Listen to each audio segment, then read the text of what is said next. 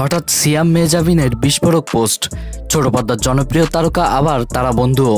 সিয়াম আহমেদ ও মেহজাবিন চৌধুরী অল্প সময়ের ব্যবধানে দুজনকে নিয়ে বিস্ফোরক মন্তব্য করেছে। দুজনের পোস্ট নেট দুনিয়ায় ভাইরাল। তারা জুটি বেঁধে অনেক নাটকে অভিনয় করেছেন। ব্যক্তি জীবন দুই তারকারই বিনয়ী স্বভাবের খ্যাতি রয়েছে। তাছাড়া দুজনই অত্যন্ত গুণী তারকা। এবারের ঈদ উৎসবে বিখ্যাত ম্যাগাজিন অনুষ্ঠানে ইত্যাদিতেও পারফরমেন্স করেছে তারা। হঠাৎ কি হলো দুজনের মধ্যে? এই প্রশ্ন অল্প সময়ে তৈরি হয়েছে দর্শক ভক্তদের মনে। তারা দুজনেই ফেসবুকে লিখেছে, কেউ কারোর সঙ্গে নেই, একজন থাকলে অন্যজন সেখানে পা মারাবেন না।